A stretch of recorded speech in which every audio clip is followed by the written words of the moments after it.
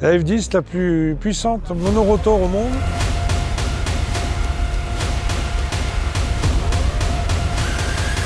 Donc, comme promis, l'Axial Tour 2025 est lancé. Nous sommes dans le département des Charentes. La F10 à l'action, donc vous allez pouvoir apprécier les performances de cette machine. On va pouvoir démontrer notre nouvelle génération de moissonneuses-batteuses. Donc pour reprendre les bases et les fondements de cette nouvelle génération de machines, elle a été développée dans le but d'optimiser au maximum le coût total de détention d'une moissonneuse. Donc l'objectif, c'est de limiter au maximum les pertes, avec des objectifs maximum à 0,5% de pertes partie caisson ainsi que rotor. Pour ajouter à ça, bien sûr, j'aurai un petit rappel sur la nouvelle cinématique de cette machine, son nouveau concept, un nouveau rotor, donc le AFXL, qui va faire plus de 3,60 m de long. On a optimisé notre rotor, on l'a rendu plus performant et en plus on l'a rendu moins consommateur de puissance. Donc toujours le concept emblématique de l'Axial Flow, la cage à compression-dépression et une zone de séparation assurée bien sûr par des plots, ce qui la rend toujours exclusive dans le domaine de la machine monorotor. La F10 vient se positionner dans la catégorie 11 des moissonneuses-batteuses, ce qui signifie que c'est la plus grosse classe des moissonneuses aujourd'hui disponibles sur Terre. Les innovations majeures de cette nouvelle AF, le caisson de nettoyage, qui est double aujourd'hui, double caisson de nettoyage, avec une fonction intelligente au niveau de la table de préparation qui elle aussi va apporter une compensation de secouage en latéral en fonction de la charge de cette grille ou du dévers latéral de la machine. On a 50% de plus de capacité de nettoyage.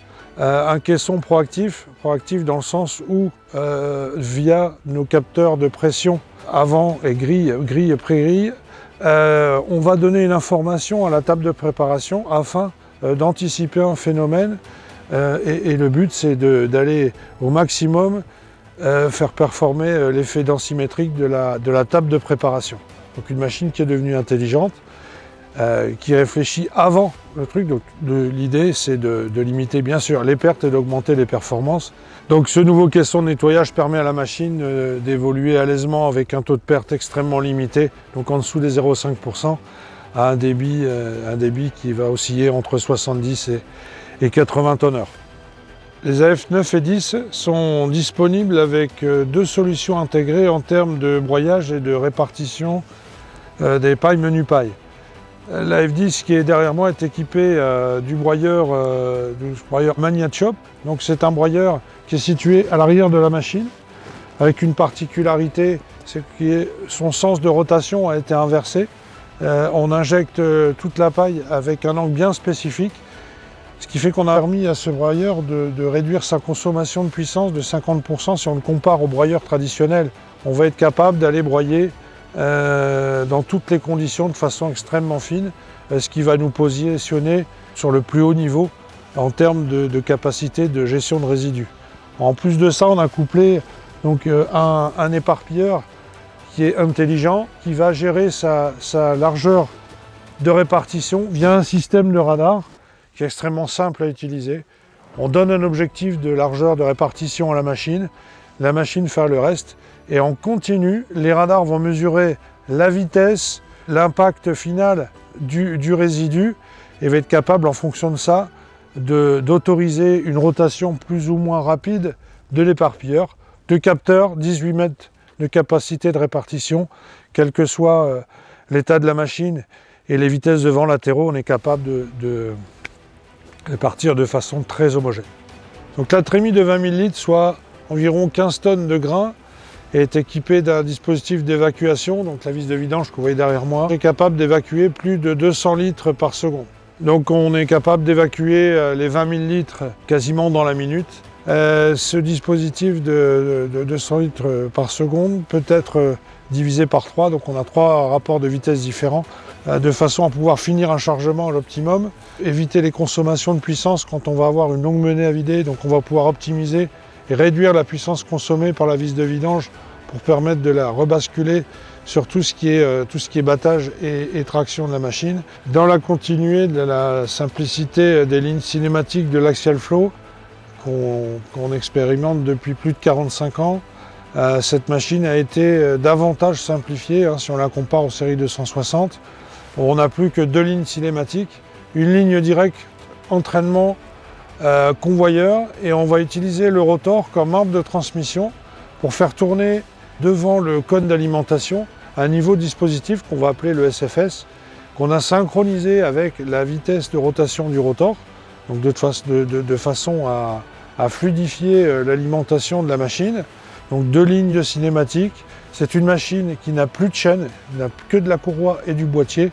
Donc encore une fois, l'objectif de coût total d'utilisation de la machine fortement réduit, avec un entretien et maintenance zéro pour l'opérateur pendant la période de moisson. Donc un nouveau convoyeur aussi, vous avez l'équipement frontal qui peut aller jusqu'à 18 mètres de large avec des poids considérables. Donc cette machine a été développée pour lever et soutenir des équipements frontaux ayant plus de 6 tonnes et demie de charge. Donc on va parler de cueilleur à maïs 18 rangs, broyeur. On va parler de coupe à tapis de 18 mètres. Donc elle est équipée de nouveaux systèmes, une combinaison de double écran, donc une interface principale qui va permettre de dialoguer en permanence avec la machine, de la régler, éventuellement de diagnostiquer. Le second, entièrement dédié à la cartographie, se caractérise par une ultra connectivité. C'est une machine qui est capable de reconnaître la parcelle sur laquelle elle est en train de travailler, selon une cartographie téléchargée au préalable sur notre système de gestion de parcelles FieldSap. Donc cette machine est bien sûr équipée du système de gestion automatique des réglages. Donc l'inverse commande qui est un système qui se base avant tout sur la quantification des pertes de grains, sur la qualité du grain, et qui va bien sûr gérer les réglages, l'ensemble des réglages de la machine, en priorisant les pertes, le grain cassé, tout en essayant d'atteindre votre stratégie de récolte, donc votre vitesse cible et votre charge moteur maximum. Donc là on vient d'attaquer une parcelle de blé, donc on va aller choisir le réglage optimum de la machine. Je vais lui indiquer la culture, les stratégies avec des vitesses maximum et un objectif de charge moteur. J'ai une stratégie performance, donc la machine va aller se régler en fonction de ma stratégie d'objectif vitesse, tout en respectant au maximum le niveau de perte que je lui ai indiqué. Donc là, pour lancer l'automatisation, j'engage ma régulation de vitesse, donc le système avance commande prend le relais. La machine va accélérer et commencer une surveillance des pertes par rapport à la stratégie. Donc on voit une accélération immédiate de la machine, charge moteur accélérée. Et donc là on est en train de charger la machine. Pour c'est de la consommation ramenée à l'hectare avec une barre de coupe adaptée et une machine optimisée via l'inverse commande. On est sur du 14 en flirtant avec les 16 litres hectares en débit instantané, ce qui vous fait des moyennes de consommation hectare qui vont aller de 12 à 18 litres. Pour ce qui est du débit, dans les conditions actuelles, on atteint les 8 hectares et demi. Donc on est dans des pailles rendues à maturité, un rendement de 90 quintaux. Et on est, donc vu les conditions et la topographie du terrain ne nous permettent pas d'accélérer encore le débit de la machine. Donc on culmine à 8 hectares et demi à l'heure, et ce qui va limiter le débit maximum. Donc là c'est ni la machine ni le système de suivi de la barre de coupe, c'est uniquement lié à la préparation du sol et la topographie.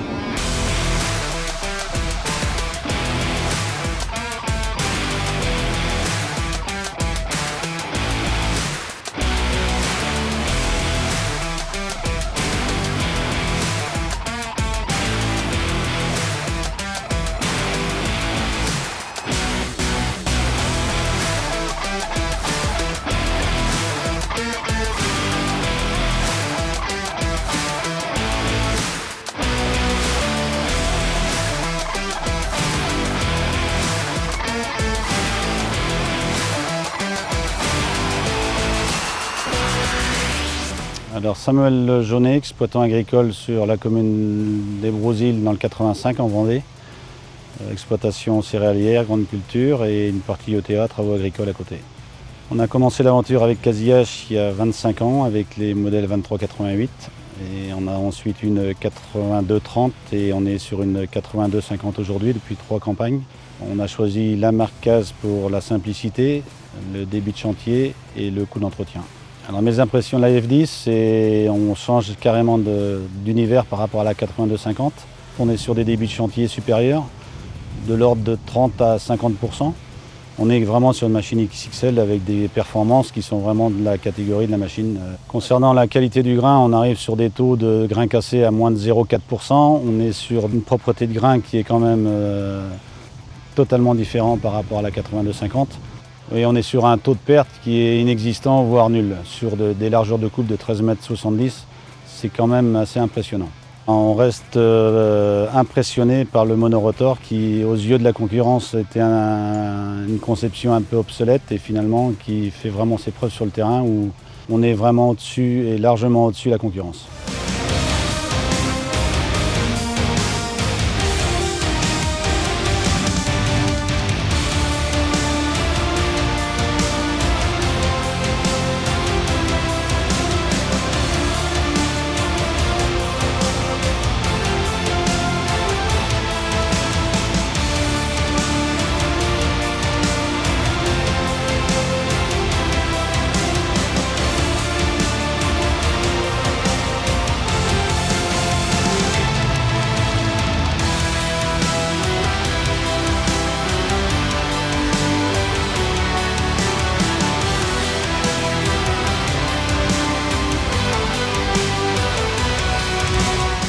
Nous avons pu commercialiser déjà une F10 qui a fait sa première saison en culture, les localisée dans le Haut-Gers, ainsi qu'une F9 qui sera livrée très prochainement, donc d'ici fin octobre pour la récolte les derniers tournesols et les premiers maïs dans le même secteur, le Haut-Gers.